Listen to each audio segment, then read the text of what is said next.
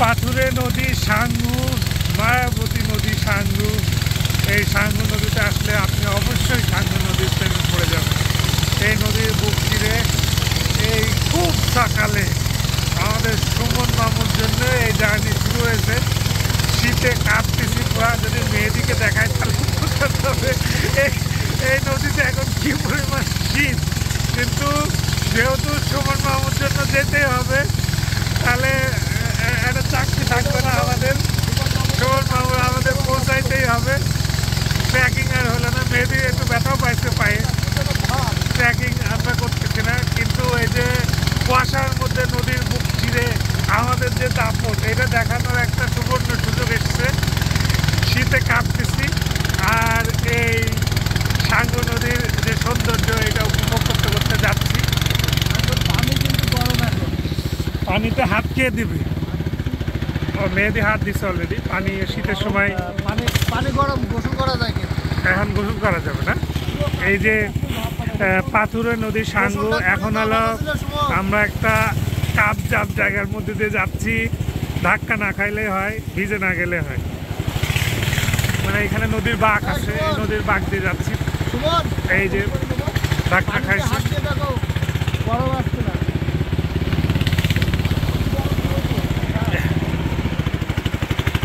এখন এই ডানে বামে কাজ করে ব্যালেন্স ঠিক করতে হবে। এই সাঙ্গুতে জার্নি করার সময় ওরা মাঝি এবং মাঝির হেল্পার, ওরা মাঝে মাঝে একটু বলে পাইলট। আচ্ছা, মেহেদি নাম দিছে পাইলট। আমাদের পাইলট নৌকা চালাচ্ছে। আর এই যে পাথুরে সাঙ্গু নদীর যে সৌন্দর্য, অপার সৌন্দর্য, এই কুয়াশা, সামনে কিন্তু দৃষ্টিসীমা অনেক কম, বেশি দূর দেখা যাচ্ছে না। এখান দিয়ে আমরা যাচ্ছি। আসলে পাথুরে নদী মানে আমি তো আগে দেখিনি মেহেদি, জীবনে ফার্স্ট আমি আসলে পাথুরে নদী দেখলাম। যে নদীর মুখে হলো চারিদিকে শুধু পাথর আর পাথর। সিলেটের কথা মনে হচ্ছে, আসলে সিলেটে আমার যাওয়া হয়। এই পাথরে বাঁধতেছে নদীর সারা নদীর বুকেই কিন্তু এরকম পাথর আছে।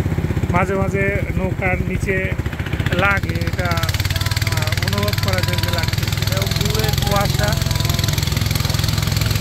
কুয়াশার বুক চিরে ঠান্ডায় জমে, চশমাটা কিন্তু এই জন্যই করা যে হলো যাতে চোখে কুয়াশা ছাড়াটা না লাগে। মাস্ক ভালো হইতো, কিন্তু মাস্ক নাই। মেহেদি হলো সে যেহেতু ক্যামেরায় দেখা যাচ্ছে, সে তার যে সৌন্দর্য, এটা যাতে দর্শক মিস না করে, এভারগ্রিন মেহেদি, যার হাসি দেখলেই ছেলেরাই প্রেমে পড়ে যায়। বাকিদের কথা বললাম না।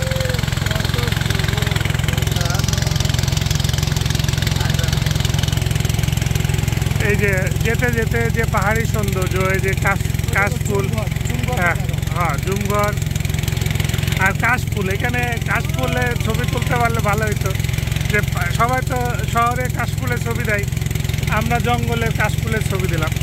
কিন্তু নৌকা থামবে না। দুই পাহাড়ের মাঝখান দিয়ে যে প্রেমময়ী প্রমাত্রা সাঙ্গু নদী যে বহমান, তার বুক ছেড়ে এই ঘন কুয়াশার মধ্যে আমরা যাচ্ছি।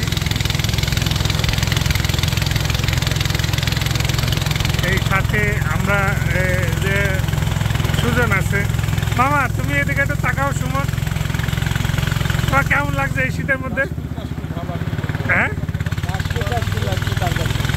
সকালবেলা কি বলবা না, কিন্তু তোমার জন্য কিন্তু ভালো লাগতেছে। এরকম সৌন্দর্য আমরা নর্মাল সময়েও দেখতে পাই না, যে কুয়াশা পড়ে। কিন্তু এই যে নদীর বুকে আমরা এই সৌন্দর্য উপভোগ করতে করতে যাচ্ছি। আবার সেই পাহাড়ি ছোট ছোট বাঁকে চলে এসেছি। এরকম ছোট ছোট বাঁক আছে, এই যে নৌকা লাগছে। এটা কিন্তু ভিডিও ক্যামেরা সব উঠে যাচ্ছে, হাত থেকে পড়ে গেলে আর পাওয়া যাবে না। তো আসলে অসাধারণ সুন্দর।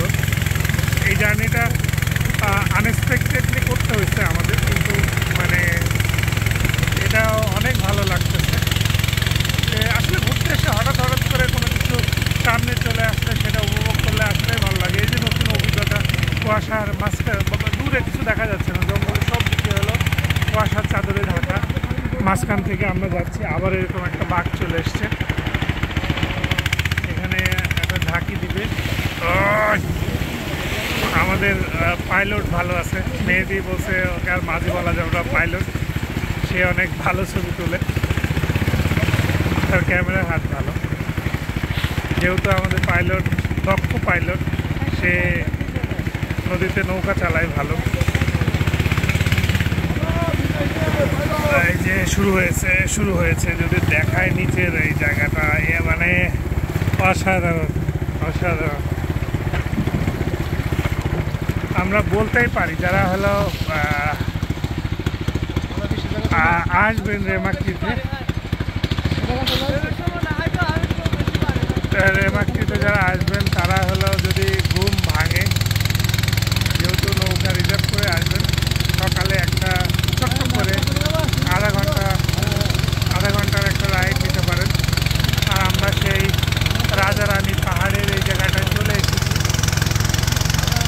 আমরা ওই যে দেবতা পাহাড়, যেটা রাজারানী পাহাড়, ওইখানে চলে এসেছি। এখানে গতকাল দুপুরে আমরা লাঞ্চ করছিলাম, সকালে ওরা দোকান খুলতেছি, মাত্র ওরা খুলতেছে। আমরা চেষ্টা করব, দেখি ওরা কি অপেক্ষা করতেছে আমাদের জন্য, নাস্তা কি আছে আমরা দেখবো। আর এরপরে এই পথে আমাদের যাত্রা শুরু হবে। না না, নাস্তা যদি থাকে করে যাবো, না হ্যাঁ, এখানে খেয়ে আসছে, দেখো জিজ্ঞাসা করো এখানে নাস্তা আছে কিনা, পাওয়া যায় কিনা, শুরু হয়েছে কিনা আমরা দেখবো। আর এদিকে জুমঘর, একটা ঝিরি আছে, এই যে ঝিরি আছে, ওইদিকে জুমঘর, সাথে যে কুয়াশা। আসলাম আমরা রেমাক্রিট থেকে, সামনের পথে আরো এক্সক্লুসিভ ভিডিও নিয়ে আসবো আপনাদের সামনে। আল্লাহ হাফেজ।